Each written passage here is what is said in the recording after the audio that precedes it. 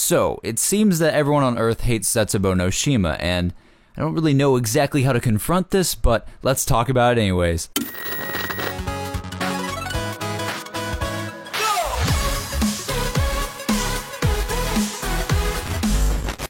Hey, what's going on guys? It's me, JC, and welcome back to my channel once again, and in today's video, I want to sort of give you guys my opinion on all this hate and all this negativity towards DLC 2 of Black Ops 3, because there's a lot of it. There's a lot of negativity. I think there was a moment last night on my Twitter feed where literally every single Zombies YouTuber that I love, that I'm subscribed to, just every single one of them was just ripping this map to shreds. Just, this map is awful, this map is garbage, this map is just too tedious, this map is broken, it's glitchy, it's garbage, it's the worst thing ever.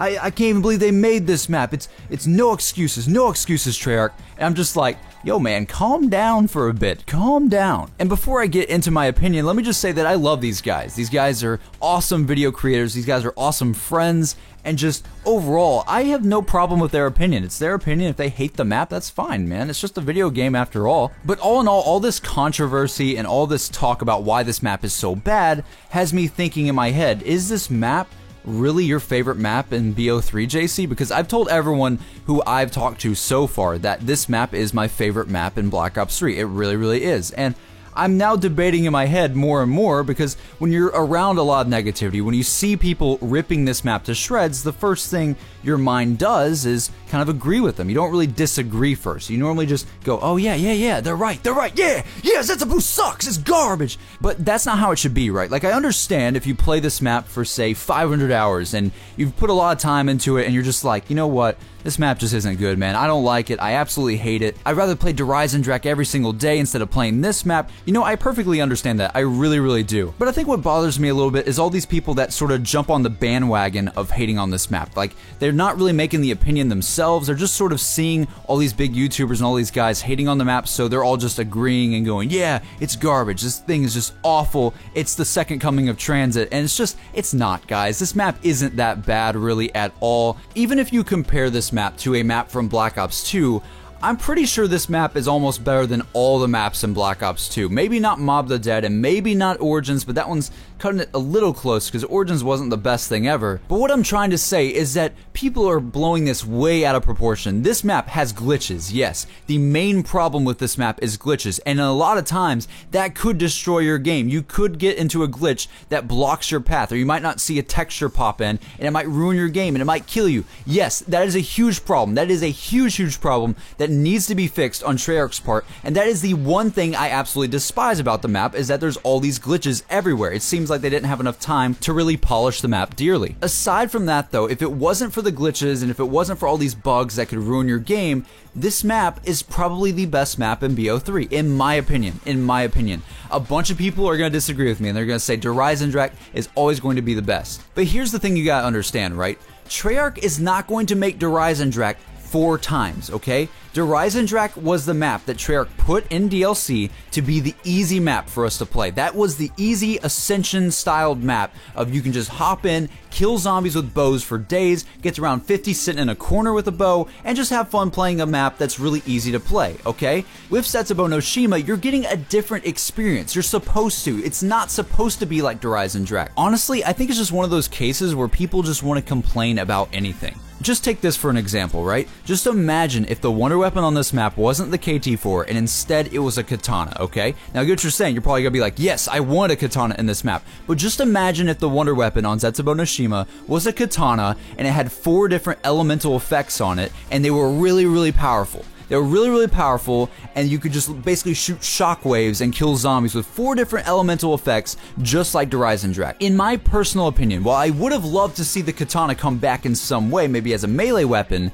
the fact of the matter is, if they would have had the same sort of wonder weapon system as Der Eisendrache, I would have been extremely upset, and I think a lot of other people would be as well. For those of you guys who've been here since Der Eisendrache on my channel, you guys know that I've been preaching that I want Der Eisendrache to be the end of all those Origins systems that we saw. I mean, basically, when you really think about Der Eisendrache, it was a better Origins. It was like Origins done again, but on an easier map, and it was just way easier to pick up and play. I mean, that's what the map was. It was an awesome map, it was really fun, and one of the best maps of all time. However, if that system was used in every single map, it would get boring and repetitive. And honestly, for me, that's why I got tired of Der Eisendrache after a while, is because I got tired of just hopping in the game and doing the exact same thing every time. I knew every game that I was going to get the Stormbow because I wanted to get to a high round, and I knew that that was going to take up a weapon slot, and I knew that I had to do the dogs in the beginning, and I had to wait by each and every single dog, or dragon, I should say, dragon, that's right, and I had to sit by each one in low rounds, take my time to fill up all the dragons every single game, get the bow, do the quest for the Stormbow, and do that every single game. That's what you do on Der Eisendrache, basically every single time. If you want to go for a high round, if you want to compete, that's what you're going to do. With Zetsubou, people are saying that the starting rounds are tedious, that it's way more tedious than Der Eisendrache. How is it more tedious? In Der Eisendrache, when you're doing the dragons, you literally have to wait for each zombie one by one to get fed into the dragon. You can't do them all at once. You have to actually wait until the dragon stops eating and then shoot another zombie and fill the dragon up. You basically have to sit there and roundhouse at the beginning on low rounds with these walker zombies, and it takes a good 10 minutes to probably get through the lower rounds and get the weapon that you wanted in the first place. On Zetsubou, if you really think about it, you have a different experience on the lower rounds every single game, because most of us hardcore guys are going to open the door to the right, go to the ruins, and see what challenges we have to complete. Every single game, these challenges are random. So that means what you're doing in the early rounds and what you're doing to set up your later game is different every single game. It tells you different tasks every single time you play. It's not like you only have 3 challenges and you do this every single game. No, it's random. It's random every single time. Not only this, but the fact that the KT-4 isn't this OP wonder weapon like a Stormbow, for example, makes you spin the box. I guarantee you, if you compare how many players in Zetsubou spin the box to how many players in Der Eisendrache spin the box, Der Eisendrache is going to be fairly little compared to Zetsubou no Shima, because with Zetsubou, you're going to want to get the marshals. You want those awesome weapons that are in the box, because the KT-4 can't save you. It's not a clutch. It's not the thing that's going to save you every time. And not to mention, the weapon itself is also in the box, so that means there's more randomness to the game, because you're going to be spinning the box wanting to have that weapon if you're in a 4-player match. It's just overall, there's randomness. There's challenging aspects to this map.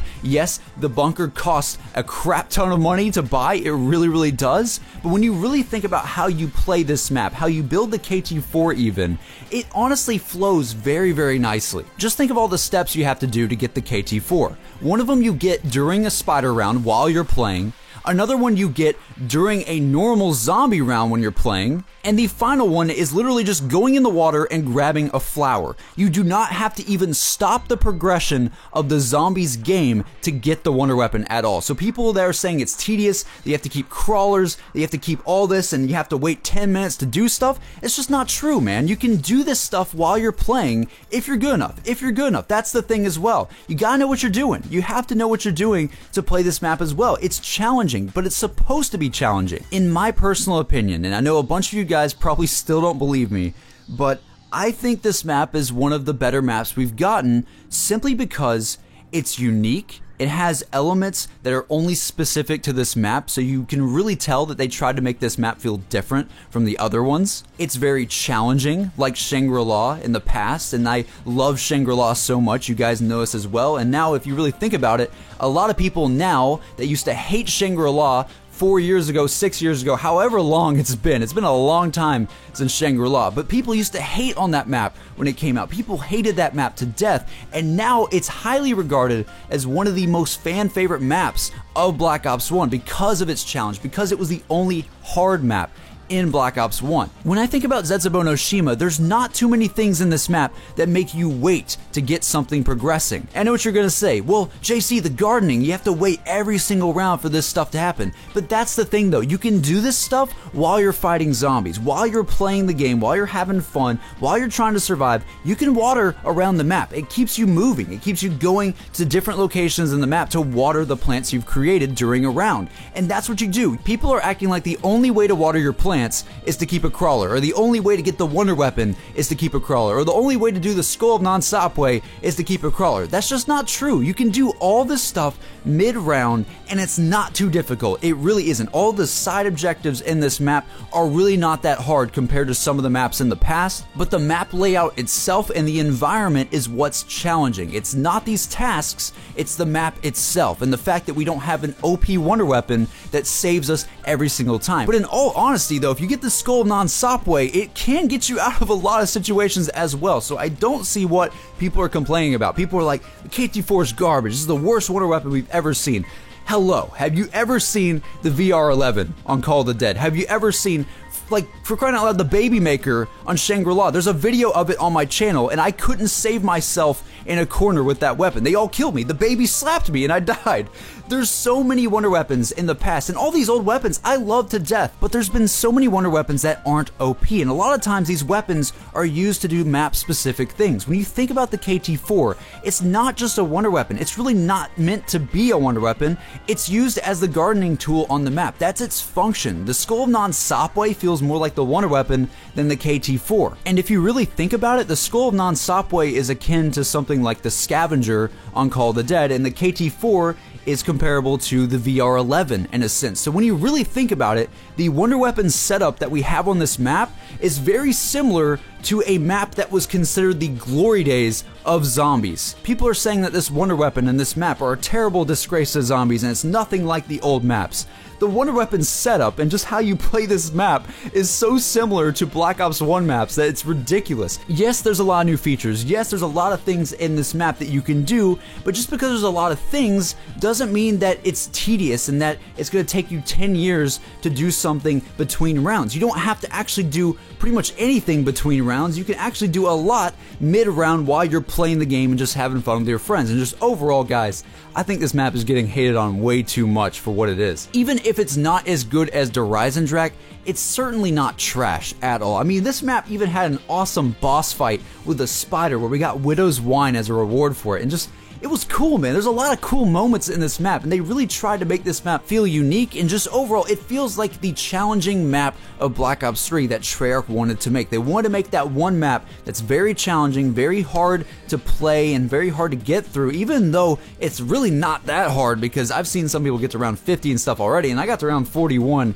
like the second day of the map coming out, but it's just, overall, guys, it's just one map. It's just one map of Black Ops 3. Zombies isn't garbage. They're not, you know, throwing zombies in the trash. It's not a terrible thing they're doing with this map. The glitches are bad, yes, but the map as a whole is very similar to the maps that we've gotten in the glory days, quote unquote, of zombies, and I just don't understand why people love hating on things so much. When I really think about all the videos that I made during the Der Eisendrache period, a lot of what I wanted and a lot of the things I talked about in terms of the mystery box not being that important anymore, not having an OP wonder weapon anymore, having randomness back into zombies, a lot of that actually happened in this map, and that makes me very happy because I was just that guy. I was the one guy who would complain about Der Eisendrache. And I wasn't, you know, saying Der Eisendrache was terrible and it was like a garbage map. I was just saying there are little things with Der Eisendrache that sort of bug me, and I hope they change in the future, or at least in DLC 2.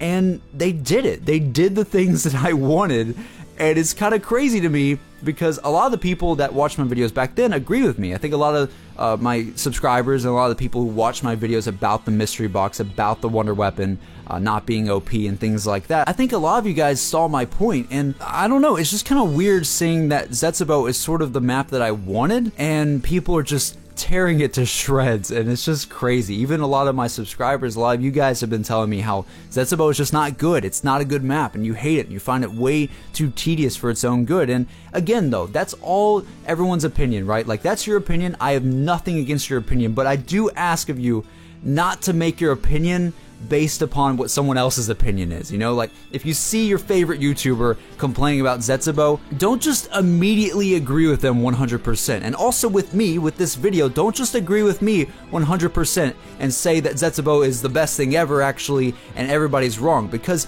we all have to make our own opinions. We all have to play the map and judge it for ourselves. And just overall, guys, I don't think it's the end of zombies. I think Jason Blundell is still doing a really good job with Black Ops 3. I'm really excited to see where zombies goes from here, and I love Zetsubou. Zetsubou no Shima. I think it's an awesome map. And you know, it's got glitches. It's got glitches for days. A lot of these glitches are garbage, but at the end of the day, I've had a lot of fun with the map, and I just think it should get a little bit more praise from the community. This has been me, JC. Thank you guys so much for watching today's video. Be sure to tell me in the comments below, what are your thoughts on Zetsubou no Shima? Do you think this map's just absolutely awful? Do you think this map is actually really good? Do you like this map? What are your opinions on DLC 2 of Black Ops 3 Zombies? Tell me in the comments below, and you guys know that you might have a chance to be featured in a Zombies Backfire episode that I haven't done in a very, very long time, but I'm going to be doing one very, very soon. So be sure to tell me in the comments below. You guys know the drill. This has been me, JC, and I will see you guys on the next video. Have a good one.